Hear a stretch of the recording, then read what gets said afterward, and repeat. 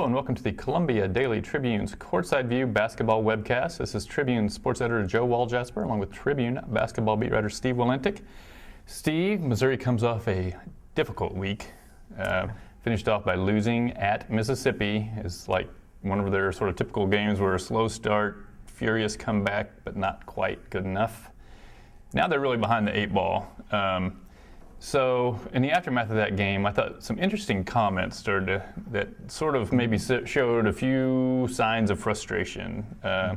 Frank Haith sort of stopped trying to hide his frustration with the production he's getting out of Johnathan Williams and the ultimate mystery man, Tony Criswell, who is accumulating fouls at his foul per minute rate is sky high. It's better than his rebound rate. He's got issues. And then also Jordan Clarkson, I thought, with some sort of telling comments that maybe some players on this team aren't terribly coachable. Just your thoughts about what those comments said to you. Well, I think it's a few things. First of all, from Missouri under Frank Haith, we're in uncharted territory. I mean, they've never lost 3 in a row.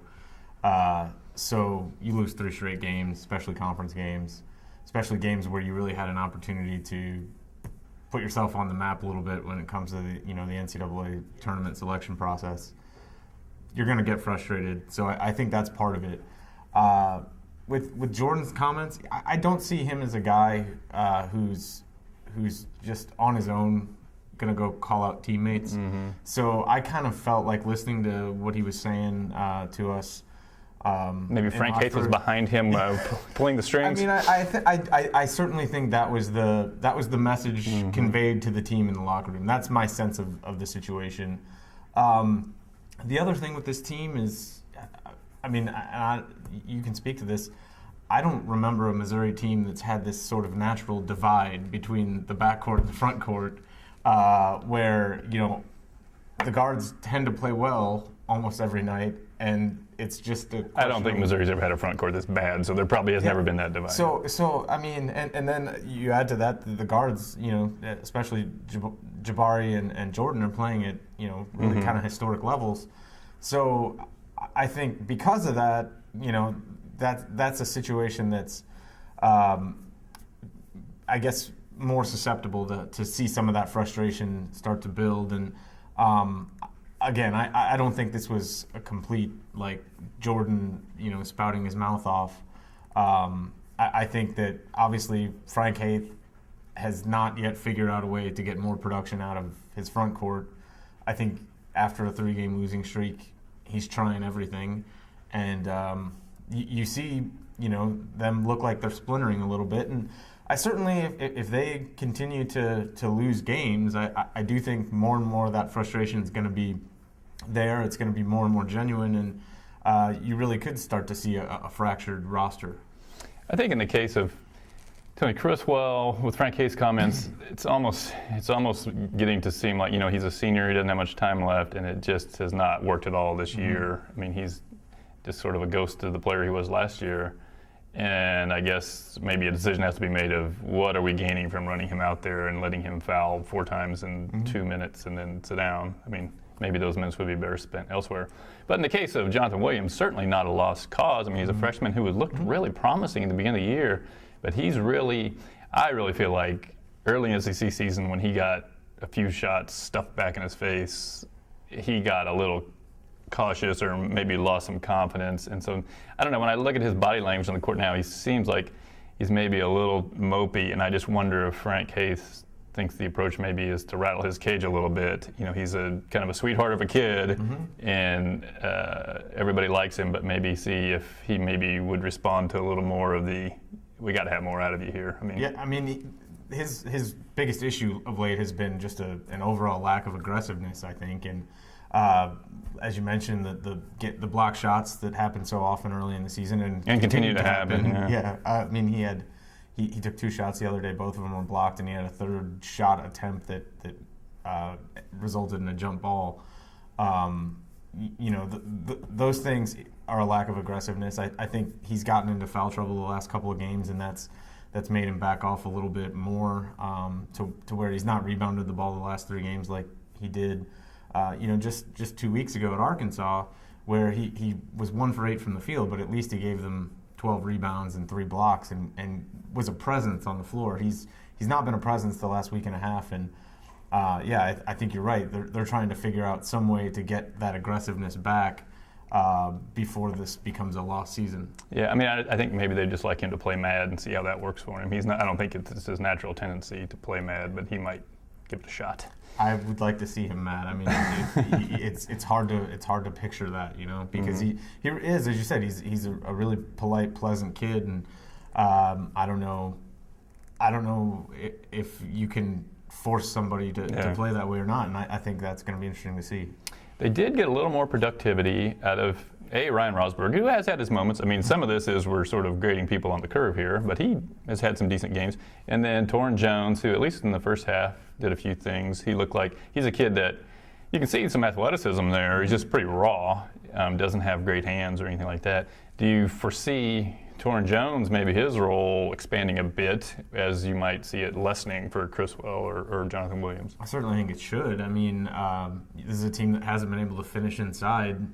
The last couple games, he's finished inside. He's had 4 points the last 2. It's not huge production for sure, but he gets the ball and he aggressively goes to the basket. Now there are certainly limitations to his game. He played 9 minutes in the first half and was commended for what he gave Missouri by Frank Haith, but he also didn't get a single rebound all night.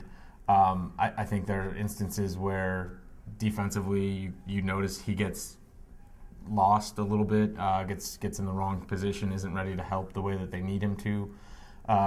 Those are all things that he's going to have to get better at through playing. He didn't play much early in the year, and I do think a large part of Frank Haith regrets that now, and it wasn't necessarily in his hands because he was suspended the first 5 games. But couldn't he pass notes, Tim Fuller? Hey, play number 24 more. I think there probably was a way for that to have happened, but it obviously didn't. And I think his development's probably been stunted a little bit. They need, if they're not going to get anything out of Tony Criswell, which clearly they got nothing out of him other than 4 fouls and a turnover in 6 minutes against Ole Miss, some defensive breakdowns too. I think you might as well play a freshman who has some natural aggressiveness to his game. Is as you say, strong, athletic, looks like he's ready to play at this level from a physical standpoint, if not a pure basketball standpoint. You might as well give those minutes to him because you're going to have him longer. It's all upside, I think. Mm-hmm. A couple weeks ago, we sat here and said they were going into a 4-game stretch, and we kind of agreed that for it to be considered successful or maybe to keep them on track for the NCAA tournament, they needed to win 2 of them. Well, they won 1 of them. So that leaves them now at 4-6 in the conference, in a conference that is one of the weakest power conferences, if not the weakest power conference in the nation. So 7th in conference RPI right now. So there's some problems here as far as Missouri making their 6th straight NCAA tournament. Their schedule they're finishing with here is softer, so there is a chance. But what do you think needs to happen, or what are the chances of it happening for Missouri to become an NCAA tournament team? Well, I mean, it's just hard right now to look at Missouri and think that they're going to make a run because this is a team that hasn't won more than 2 in a row since before Christmas. I think we've said all along we kind of thought 11-7 was the number you were going to have to get to feel comfortable about getting into the NCAA tournament. They're 4-6 right now, so there's not a whole lot of margin for error there. They've got a really tough game at the end of the year at Tennessee. They've got 2 games against the Volunteers, 1 Saturday. I think those are the 2 biggest games on their schedule because they're the last opportunity for Missouri to get a quote-unquote good win, a top 50 RPI win. The SEC has not been good. The remaining schedule is not good. And right now, Missouri's, they're down in the league standings. They're 3 games behind Ole Miss, which is another team that is vying for an NCAA tournament berth. They lost a tiebreaker to Ole Miss. They lost a tiebreaker to LSU. They obviously lost to Kentucky and Florida. Right now, they're 0-6 against the teams that have a 500 record or better in league play, and their 4 wins are against teams that are combined 11-29 in SEC play. You are painting a bleak picture. I mean, it's hard to look at that and think yeah, Missouri should be in the NCAA tournament. Now, I say that, and Joe Lunardi and Jerry Palm from ESPN and CBSSports.com, respectively, both put out mock brackets, Monday morning, and have Missouri still in the field, the last team in, but still in the field, or at least among the last four. I think, there are a lot of bubble teams with bad profiles. Their RPI is still 50, but I don't think they've got any margin for error left. They could probably lose one more game, maybe two even. I don't know. I think two would be hard, unless both of the losses would have to be probably to Tennessee, unless it goes into the bad loss column, and certainly if you don't beat Tennessee at least once. Right now, you've only got one top 50 RPI win, and that was back December 7th when football season was still going on. So they don't really, to me, look like an NCAA tournament team, and unless they go on a run here and win at least 7 out of 8, I'm going to have a hard time feeling differently about that. So I guess the question becomes, is this a disappointing season for Missouri? I guess I don't know.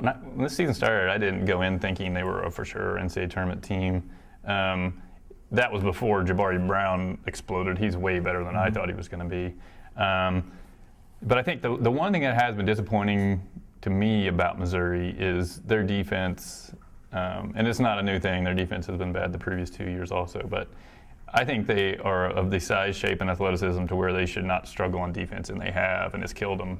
Every game you're kind of hearing the same song and dance about, boy, that guy got hot against us from three-point land, but I think that's kind of you have to look at that as not so much a coincidence. So that is something that I think is a little bit disappointing. But overall, when I look at them, offensively, they're almost playing 3-on-5 all the time. So the fact they're scoring 80 points a game, to me, is pretty impressive. So I don't know. I don't see this as a super talented team. It's got two super talented players. But I think, as to your question, is this a disappointing season? I think it's disappointing to have two guys play at the level that it's a lost opportunity. Jabari Brown and Jordan Clarkson have been playing at, and still not be good enough. I think that from that standpoint, and especially after they went 12-1 against a schedule that looks weaker and weaker all the time, I think, in non-conference play, but still 12-1, you thought they were set up to make a run. The league is not so difficult that you couldn't win some of these games, even if they're not.